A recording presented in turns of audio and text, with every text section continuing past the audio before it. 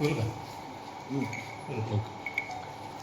24 August 2026 रोजी सकाळी 9:30 वाजण्याच्या दरम्यान एक 72 वर्षाची महिला आणि त्यांच्यासोबत 3 महिला असे कन्सल्टंट जाण्यासाठी थांबले असताना त्या ठिकाणी एक इको गाडी आली.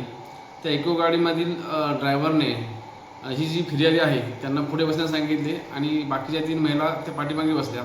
त्या गाडीमध्ये अगोदर एकूण 3 पुरुष आणि 1 महिला होती.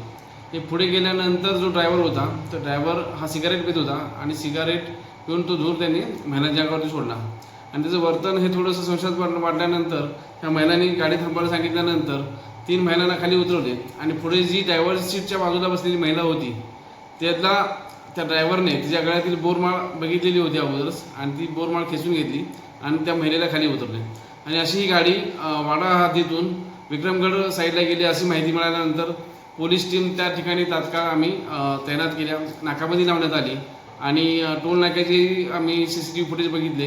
कासा पोलिसांना अशाच प्रकारचा एक गुन्हा दाखल होता. तर त्या माहितीच्या आधारे आणि टॉवर लोकेशन घेऊन आम्ही ह्या आरोपींचं ट्रेस केलं असता हे आरोपी आम्हाला गुजरात वलसाड येथे मिळून आले. 4ही आरोपींना आम्ही अटक केलेली आहे. या आरोपींनी यापूर्वी कासा येथे सुद्धा अशाच पद्धतीचा गुन्हा केला होता आणि त्याचा पुढील तपास आमचा चालू आहे. तर यांना किती तारखेमध्ये PC दिली कोर्टाने? ह्यांना 3 तारखेपर्यंत PC देण्यात आलेली आहे. तर हे सराईत गुन्हेगार आहेत का? हे सराईत गुन्हेगार आहेत. आपल्या हद्दीमध्ये कासा पोलिसांना सुद्धा गुन्हा आहे आणि गुजरात राज्यामध्ये सुद्धा यांच्यावरती अशाच पद्धतीचे गुन्हे दाखल आहेत.